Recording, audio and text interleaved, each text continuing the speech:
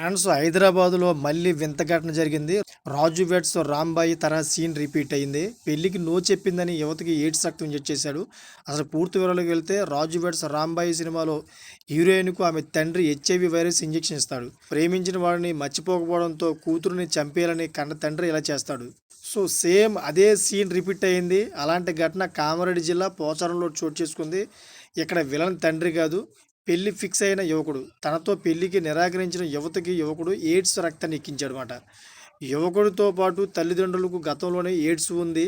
So పోచారానికి చెందిన యువకుడు మనోహర్‌తో యువతికి వివాహం నిశ్చయమైంది. సో ఎయిడ్స్ ఉందని తేలడంతో యువతి పెళ్లికి నిరాకరించింది. సో ఈ నెల 11న యువతి ఇంటికి వెళ్ళాడు మనోహర్.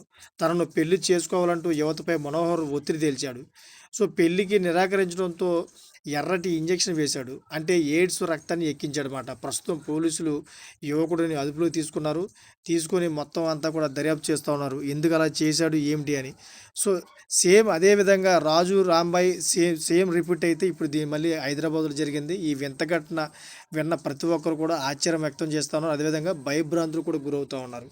సో మీకేమనిపిస్తుందో కామెంట్ చేయండి. అదేవిధంగా ఇటువంటి లేటెస్ట్ ఇన్ఫర్మేషన్ కోసం నా ఛానల్ సబ్స్క్రైబ్ చేసుకోండి.